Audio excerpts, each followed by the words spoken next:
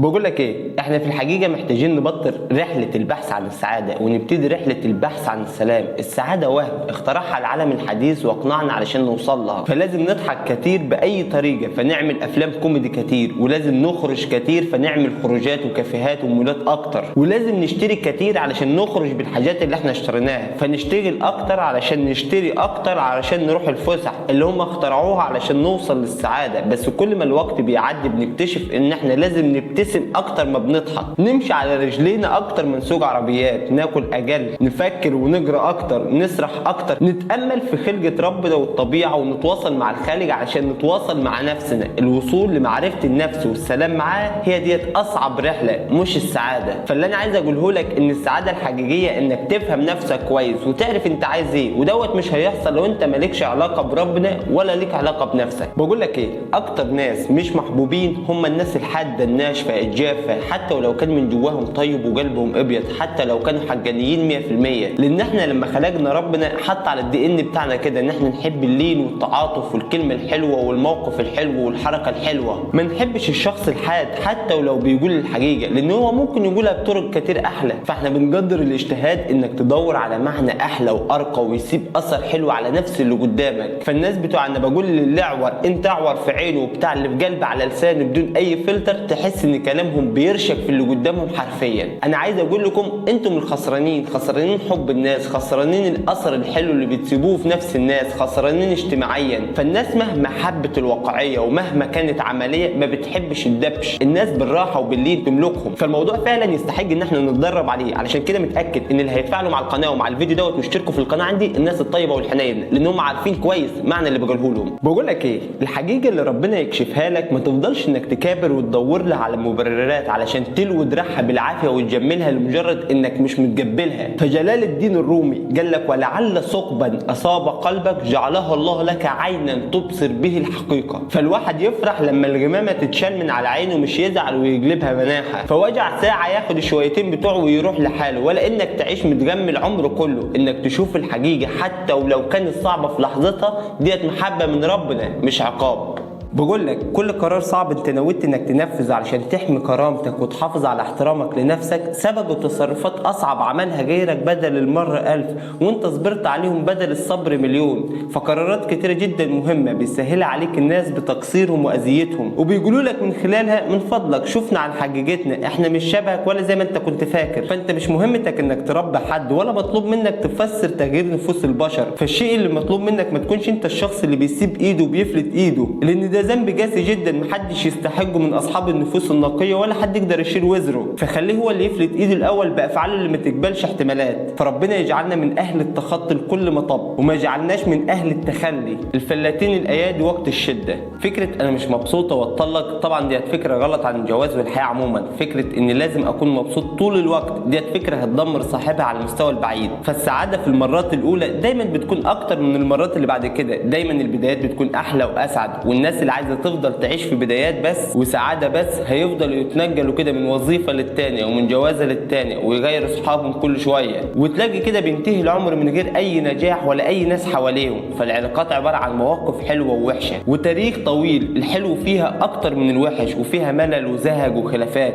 ولو كل واحد دور على سعادته الدايمه بس الدنيا هتضيع وكل هيقول يلا نفسي. فالعلاقه المؤذيه والسامه مش هي العلاقه اللي مش مبسوطين فيها، العلاقه المؤذيه والسامه هي اللي فيها اهانه او نوع كده من انواع الاذيه النفسيه او اهانه جسديه او ادمان او عدم تحمل مسؤوليه او خيانه الى اخره. ومش معقول ان كل مره هنغير الناس اللي حوالينا، والعلاقات بنحاول فيها مره واثنين وثلاثه قبل ما نسيبها ونشوف غيرها. فانا عايز اقول لك ان مفيش سعاده دايمه ولا مطلقه غير في السماء، لكن في الدنيا هنا مفيش حد سعيد طول الوقت في الشغل ولا مع اصحابه ولا مع نفسه ولا مع اهله ولا حتى في الجوازه بتاعته ولا حتى مع اولاده. طبعا في سعاده بس مش دايما، ولو مفيش سعاده خالص يبقى في مشكله ومحتاجين ان احنا نعرفها ونحلها. والهدف اصلا من الجواز مش السعاده الدايمه، الهدف هي الراحه والسلام والسكينه والموده والرحمه. فقبل ما تاخد خطوه الجواز اسال نفسك عايز تتجوز ليه؟ عشان تعيش حياه الانبساط والسعاده؟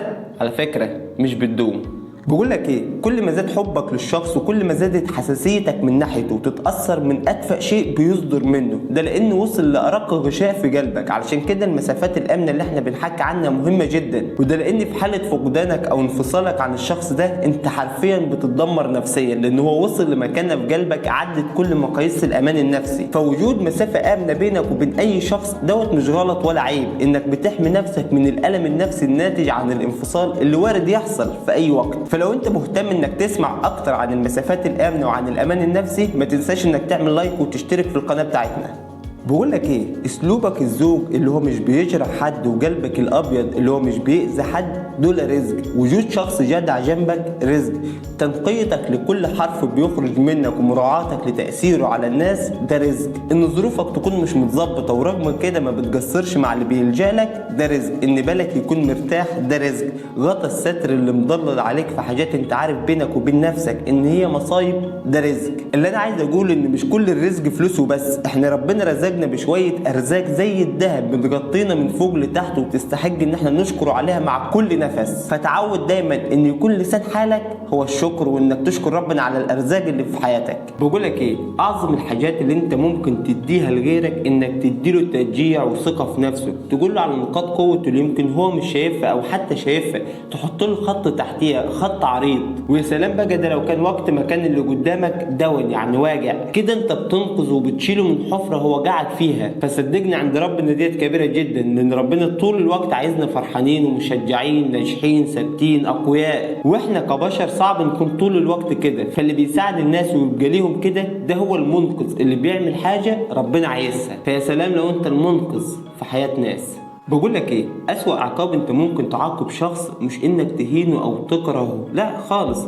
اسوأ عقاب فعلا انك ترجعه لنقطة البداية، ان هو يبقى شخص غريب، بس مع اضافة بسيطة شوية، ان هو يبقى بدون فرصة. لان الغريب ممكن تتعامل معاه عادي وعنده فرصة يبقى غريب، بس هو لا خلاص استنفذ كل فرصته انك تحرمه من كل صلاحياته بدون ما تهينه، وان هو مش بس يبقى على الهامش بعد ما كان في السنتر بتاع حياتك وكل حاجة بتلف حواليه. لا ده الاسوأ ان هو يكون عارف ان اي عابر سبيل ليه فرصة اكبر منه هو شخصيا في انه ياخد مكانته او اللي كانت مكانته. الاهانة والخناق مفيش اسهل منهم، بس العقاب الارقى ان هم يحسوا انك بطلت تشوفهم زي ما كنت بتشوفهم، وان افعالهم طفتهم في عينيك. فمارك توين قال لك انا لا انتقم بل اعيد الشخص غريبا كما كان. فتعلم فنون العقاب. Luck is what happens when hard work meets opportunity. مشوار النجاح ما هواش قصير ولا بيتساوى فيه السعي مع النتيجة، ومحدش مشواره هتلاقيه زي التاني. غالبا في مشوارك انت بتلاقي مجهود وسعي معقول في الاول، بعديهم نتيجة حلوة، ودوت غالبا بيبقى بيجنرز لاك يعني حظ مبتدئين، او من كتر ما انت فرحان انك اتحركت شايف النتيجة اكبر مما هي فعلا، وبعديها مجهود وسعي كبير من غير نتائج تحتسب، وبعديها مجهود وسعي تاني ونتائج مش قد السعي ولا التعب، وبعديها مجهود وسعي تالت وبرضه نتائج مش قد السعي ولا التعب، ويمكن اقل كمان من اللي قبله، لغايه اللحظه السحريه، لحظه التايبنج بوينت. وديت لحظه لا تعرف تتوقعها ولا ترتب لها، وتلاقي النتائج كده انفجرت بشكل ما كنتش تتخيله، وكأن الموضوع حصل فجاه وبالصدفه، وتحكي عن الفتره ديت وتقول ان ربنا فتحها عليك فجاه من حيث لم تحتسب. الفكره ان اغلبنا بيفرهد وبييأس وبيبطل يحاول بعد تالت نتيجه مخزيه ليه، بس المشوار طويل وصعب بس يستاهل. الشاطر هو اللي بيعرف يعيش كل مرحله زي ما هي وبيستمتع بيها وما بيستعجلش على رزقه،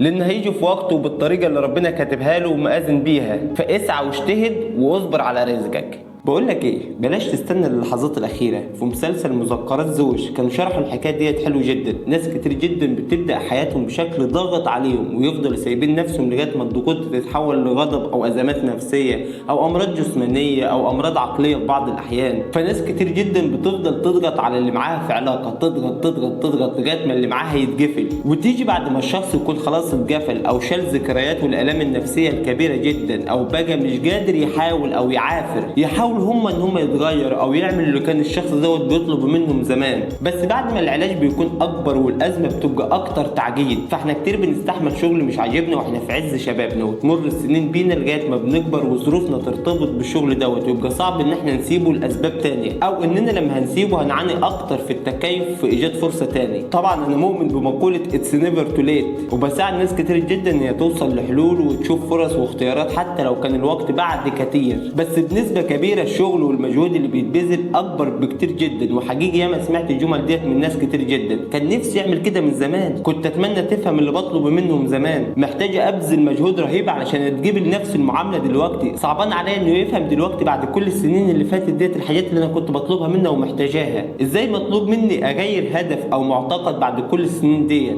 وغيرها من الافكار اللي بتحس او لو كنت اشتغلت عليها قبل كده كان هيبقى الشغل اسهل. الفرصه لسه موجوده، ما تسيبش نفسك اسير للافكار السلبيه. ولما الشخص يحاول ان هو يتغير ولو لسه في 1% امل اديله فرصه. واللي بيضغط دوت مش لازم تجيب اخر اللي قدامك وتستنى لما يقفل خالص علشان تقرر انك تتغير. فاجرى العلامات والاعراض واعرف ان تغيير الاسلوب بيغير النتائج. وكل ما كان الوقت اقصر كل ما الامل كان اكبر. ما تنساش انك تشترك في القناه. كلنا في رحلة بحث عن الأمان بكل صوره، سواء مادي أو عاطفي أو عملي، بندور عليه وبننسى إن الإحساس بالأمان ده أصلا مرتبط ارتباط إلزامي بمدى ثقتك في ربنا. جلجان من بكرة في إيدين ربنا، جلجان من بشر مفيش في إيديهم أي حاجة مش كاتبها ربنا. فكل حاجة في الدنيا ديت في إيدين ربنا. ربنا هو الوحيد الأحق بتوددك وثقتك ومحبتك وسؤالك في كل وقت وبدون حساب. هو الوحيد اللي قادر يبدل الوضع من حل لحال، يلحقك ويحقق لك أمانيك ويكرمك. اعمل بس انت اللي عليك للنهاية وسيب ربنا يدبرها لك. فمفيش رزق هيتمنع عنك ولا نصيب مكتوب لك هيضيع من ايدك. مهما الناس وقفت على راسها او اتحطت الحواجز ما بينك وما بين الحاجة ديت هتوصلها. ما كان مقدرا لك سيأتيك ولو كان بين جبلين، وما لم يكن مقدرا لك لن يأتيك وهو كان بين شفتين، وما كان مقسوما لك سيأتيك رغم ضعفك، وما لم يكن لك لن تنال بقوتك. في ايدين ربنا يا صاحبي، ما تقلقش، ارميها انت بس عليه وسيبها على ربنا. سلام.